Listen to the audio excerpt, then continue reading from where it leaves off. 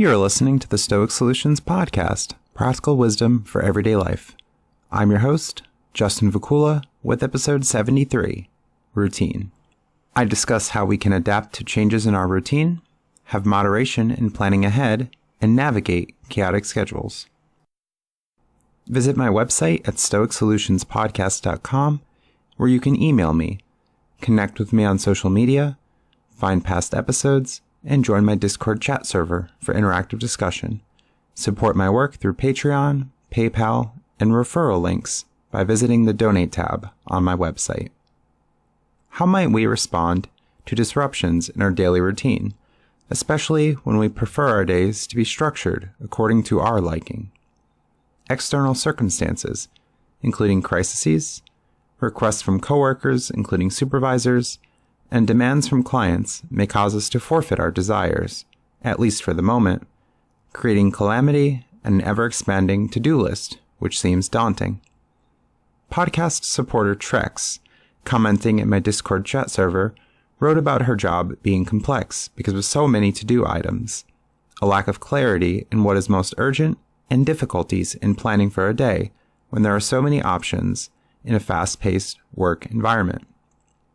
She can spend a good chunk of time planning, but not complete tasks, unable to achieve what she would like to. Clarity, routine, and enough time to accomplish what we like would be nice, but it's not always a reality, especially in a chaotic work environment filled with an abundance of tasks and change in priorities. We can reflect upon our desires, even start with a plan for a day, but may come to a conclusion that we must adjust, and that days will not always go according to our liking.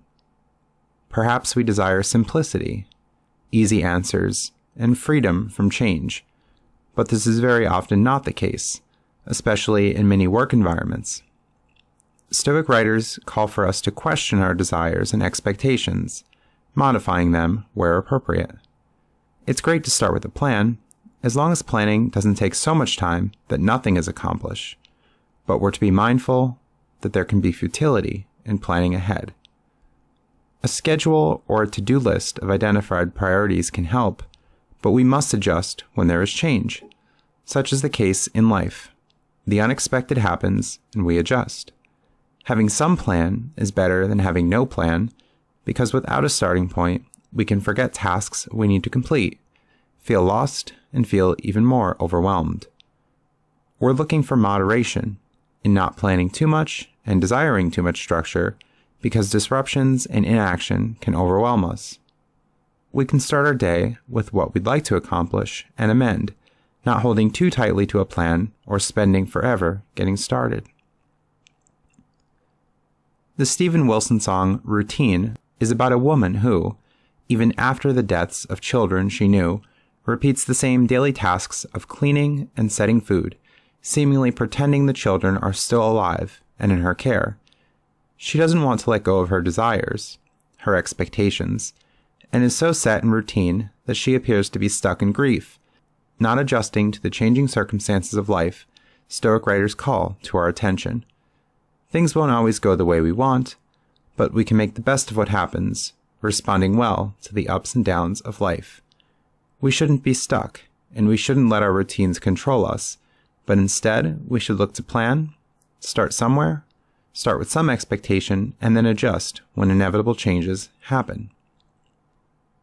We can try to influence that which we have control over, but ultimately may find that a job or a particular situation is not to our liking. We can opt out. We can quit after careful reflection.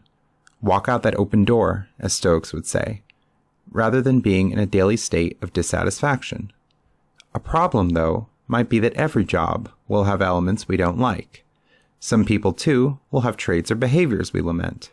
We might quit one job, but then we find similar problems elsewhere. We can reflect on what we're willing to tolerate, and even may find that our expectations are too high, and that no matter where we go, we're dissatisfied. And at that point, the problem may be from within. We're to change our mindset to better cope with situations we find difficult. We can also view challenging situations as an opportunity to grow and problem solve, to find a solution to a barrier to our contentment. This is seeing, as Marcus Aurelius would say, the obstacle as the way. We can test ourselves to overcome, accept adversity, and be better for it. We can have a physical to-do list within a daily planner or a calendar and add items as needed, rank and re-rank items in order of importance, and budget our time the best we can. If we judge that too much is on our plate to finish in just one day, we can accept that and not be too hard on ourselves if a situation is overwhelming, not seeing ourselves as failures or unable to complete job duties. Life, even outside the workplace, can be demanding, especially for conscientious people who want to be active, take on lots of responsibility, and accomplish. We can set high standards for ourselves and load our schedules with preferred tasks, sometimes even taking on too much, having difficulty saying no to requests or being too ambitious. But are we being realistic in considering that which we can complete in a careful manner? Are we setting ourselves up for failure?